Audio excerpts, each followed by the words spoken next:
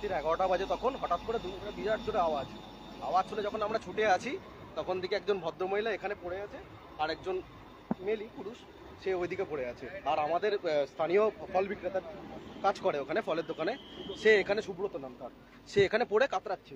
হাতর যখন কাতরাচ্ছে যখন আমরা যখন রেলগেটকে বলি, রেলগেটের যখন যে কর্তব্য তাকে বলি যখন যে রেলগেটটা খোলার জন্য আমরা টোটো বা কোনো গাড়ি আমরা ঢোকাবো যাতে আমরা তাকে নিয়ে হসপিটাল পর্যন্ত পৌঁছাতে পারি, কোনো রকম ভাবে না খুললো, না আরপিএফ হেল্প করলো, না রেলগেটের খুললো।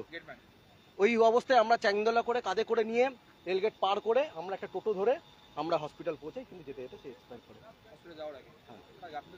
রেলের গাফিলতি, রেলকে দীর্ঘদিন ধরে বলা যে 7টার সময় রেলগেট বন্ধ হলে 8টার সময় রেলগেট খুলছে, 1 ঘন্টা ধরে মানুষ দুদিকে দাঁড়িয়ে যাচ্ছে, না অ্যাম্বুলেন্সে পেশেন্ট থাকলে সেও মারা যাচ্ছে।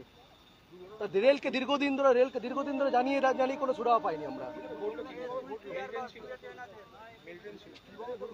মেলটেন ছিল একজন পড়ে গেছিল। আরপিএফ আজ না কাল না পরশু এরকম করে আরপিএফ নিজের মতন করে গায়ে বাঁচিয়ে কলার তুলে যেরকম চালা, যে কলারটা আজকে ধুলো লাগবে পরিষ্কার করে দেবে।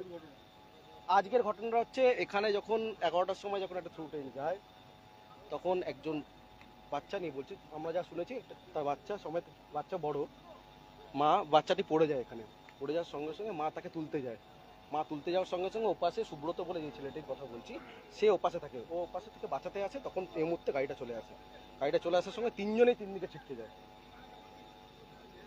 তার মধ্যে যেই ছেলেটি ইনজোর্ড হয় তাকে যখন আমরা বাঁচানোর জন্য বলি, রেলগেটের যারা স্টাফ তাদেরকে বলি এবং আরপিএফকে যখন বলি, কেউ আমাদের গেট খুলে দেয়নি, আমরা না টোটো না গাড়ি কোনো রকম কোনো কিছু ঢোকাতে পারিনি, আমরা অবরোধ করেছি।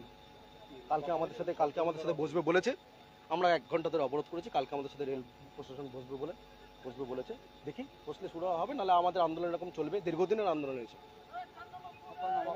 আমার নাম শুভরঞ্জন সিং।